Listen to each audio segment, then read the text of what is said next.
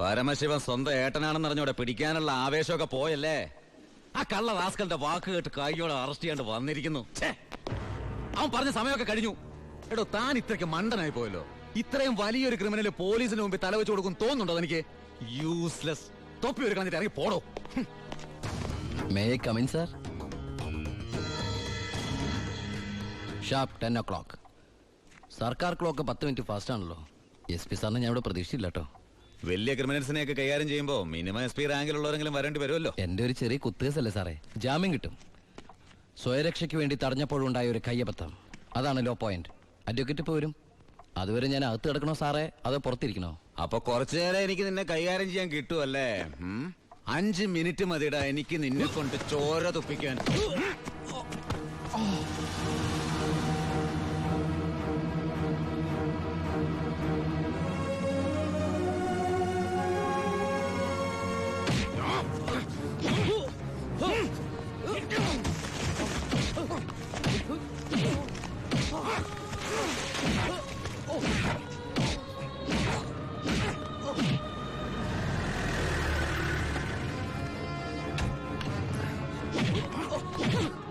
SP, ഇനി അവനെ തൊട്ടുപോകരുത്.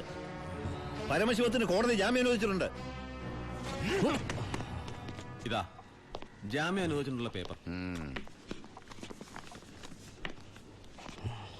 ഇനി ഞാൻ വിട്ടാരോ?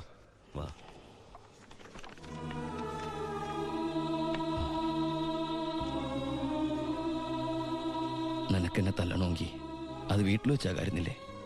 നീ തല്ല എനിക്ക് വേനിക്കില്ലടാ. ഇതിപ്പോ SP സാറിനെ കൊണ്ട് കൊള്ളാം. SI SP കൊണ്ട് തല്ലിക്കുക. ഇവൻ മിടുക്കനാണ് ബായ്, മിടുക്കൻ. ഇവന്റെ അനിയനാണെന്നുള്ള ഒറ്റ കാരണം കൊണ്ടാണ് നീ ഇപ്പൊ ഇങ്ങനെ നീണ്ടു തുറന്നു നിൽക്കുന്നത്. അല്ലേ പണ്ടേ നീയൊക്കെ നടറോട്ടി കിടന്ന ഇടഞ്ഞേനെ. ബായ് ബായ് വാ.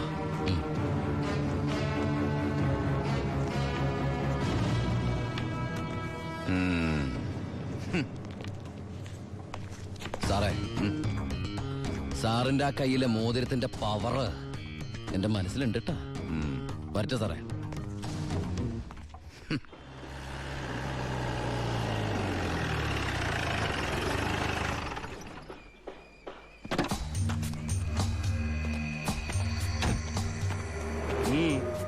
ഏട്ടനുണ്ടോ? ഏട്ടനല്ല, പരമശിവൻ. വാളയാർ പരമശിവൻ. എന്താ, എനിക്കിതിരെ പുതിയ വല്ല വാറണ്ടും ഉണ്ടോ? ഏട്ടനോട് SP പെട്ടെന്ന് അങ്ങനെ പെരുമാറുന്ന ഞാൻ വിചാരിച്ചില്ല. അത് പോട്ടെ. സാറിപ്പോ ഒന്ന് കാര്യം പറ. എനിക്ക് ഏട്ടനോട് തനിച്ചൊന്ന് സംസാരിക്കണം. അച്ഛാ, എല്ലാരും പോയട്ടെ, പോയി ജോലി ചെയ്യേ. പറയേ. ഏട്ടന്റെ പേരിലുള്ള ആ കേസിന് ഇനി കോടതി വിധിയെ മാത്രം പേടിച്ചാൽ മതി. അതെനിക്കറിയാം. ഇനി ഈ തൊഴിൽ വേണ്ട. അങ്ങനെ പെട്ടെന്ന് അവസാനിപ്പിക്കാൻ പറ്റുന്നല്ലേ ഈ പണി? ഒരുപാട് കമ്മിറ്റ്മെന്റ്സ് ഉണ്ട്. ആരോട്? അതൊന്നും പറഞ്ഞാൽ നിനക്ക് മനസ്സിലാവില്ല. ഞാൻ വഴിയെല്ലാം നിർത്തിക്കോളാം. പറ്റില്ല. എനിക്കിത്തിരി പ്രശ്നങ്ങളോട് ബാക്കിയുണ്ട്. എന്ത് പ്രശ്നം? എന്ത് പ്രശ്നം എനിക്കില്ലാത്ത? എന്നും എനിക്ക് പ്രശ്നങ്ങൾ തന്നെയല്ലേ. വളർന്നപ്പോ മുതൽ കുടുംബത്തിന്റെ ചുമതല, തീരാത്ത കടങ്ങളുടെ ബാധ്യത, നിന്റെ പഠിപ്പ്, അനീതിയുടെ പഠിപ്പ്, ഇനി അവളുടെ കല്യാണം. ഒന്നും പറഞ്ഞിട്ട് കാര്യമില്ലെന്നറിയാം. ആ കറിയാച്ചന്റെ കടവെങ്കിലും തീർത്താ നിർത്തിക്കോളാം ഞാനെല്ലാം. അതൊന്നും എനിക്ക് കേൾക്കണ്ട. പിന്നെ എന്താ നിനക്ക് കേൾക്കേണ്ടത്? നീ തീർക്കുവോ കടം? അയാൾക്ക് അരമാസത്തെ പലിശ കൊടുക്കാൻ തികയില്ലോ നിനക്ക് കിട്ടുന്ന ശമ്പളം? വേണ്ട, പറഞ്ഞ ചിലപ്പോ കൂടിപ്പോവും. ഇനി ഞാനായിട്ട് നിനക്കൊരു പ്രശ്നം ഉണ്ടാക്കില്ല. പോരാ. എനിക്ക് നാണക്കേടാ. ഡിപ്പാർട്ട്മെന്റ് മുന്നിലും പബ്ലിക്കിന്റെ മുന്നിലും എന്റെ ഏട്ടൻ ഒരു കള്ളനാണെന്ന് പറയുന്നത് എനിക്ക് കുറച്ചില്ല. കുറച്ചില്ലോ? എടാ, നീ ഇട്ടിരിക്കുന്ന യൂണിഫോമിന് വരെ ഞാൻ കടത്തിയ സ്പിരിറ്റിന്റെ മണമുണ്ട്. അത് മറക്കല്ലേ. നീ പോ. പിന്നെ അനിയൻ SI ആണെന്ന സ്വാധീനം വെച്ച് സ്പിരിറ്റ് കടത്താനാണ് പരിപാടിയെങ്കിൽ അത് നടക്കില്ല. ഇനി ഒറ്റ ലോഡ് സ്പിരിറ്റ് പോലും പരമശിവൻ കടത്തില്ല. അതിന് ഞാൻ സമ്മതിക്കില്ല. എടാ, പരമശിവം സ്പിരിറ്റ് എടുത്താൻ തുടങ്ങിയിട്ട് കാലം കുറച്ചായി. ഇതുപോലെ പല വെല്ലുവിളികൾ നേരിട്ടിട്ടുണ്ട്. ഇനി നിന്നോടാണെങ്കിലും അങ്ങനെ തന്നെ. നീ വേണമെങ്കിൽ സമയം കുറിച്ചിട്ടോ. നാളെ രാത്രി കൃത്യം 9-നും 10-നും ഇടയ്ക്ക് വാളയാർ ചെക്ക് പോസ്റ്റിലൂടെ എന്റെ ലോഡുകൾ കടന്നു പോവും. നിനക്ക് തടയാമെങ്കിൽ നീ തടഞ്ഞോ.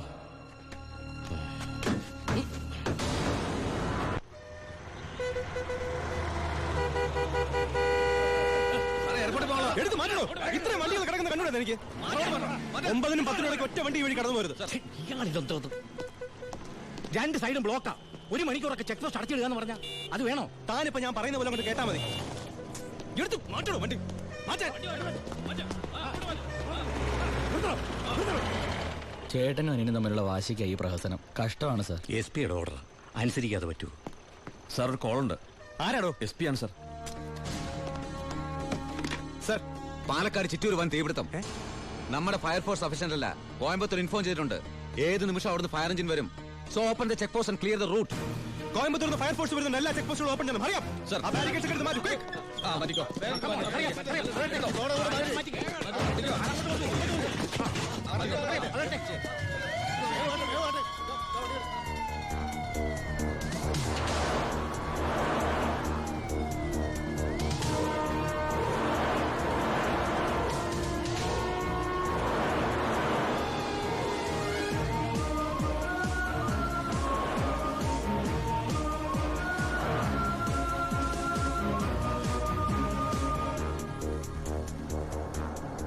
താക്കണോ?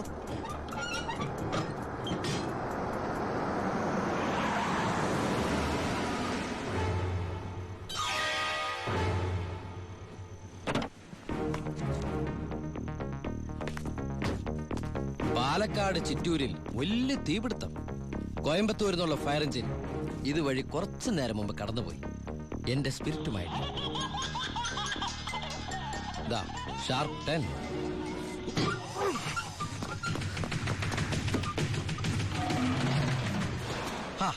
വിഡിത്തം കാണിക്കല്ലേ ബാലി സാറേ. ഫയർ എഞ്ചിന്റെ ഒക്കെ പിന്നാലെ പിടിക്കാൻ നമ്മുടെ ഈ സർക്കാർ ജീപ്പിന് കഴിയോ? വെല്ലുവിളികളാവാം, പക്ഷേ അത് നിന്നേക്കാൾ 4-5 ഓണം കൂടുതലുണ്ടവനോടാവരുത്. വരട്ടെ സബ് ഇൻസ്പെക്ടർ ബാലു ദാമോദർ.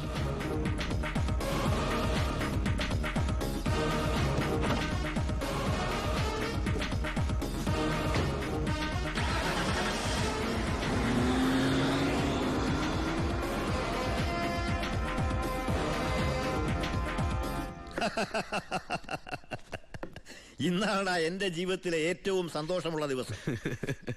അവൻ തോക്കണം, തോറ്റു തോറ്റു തൊപ്പിയിടണം, അവസാനം ആ തൊപ്പി വലിച്ചെറിഞ്ഞ് മുട്ടുമടക്കണം. ശിവ, നീ എന്താ ഒരു സന്തോഷമില്ലാതിരിക്കുന്നേ? ഏയ്,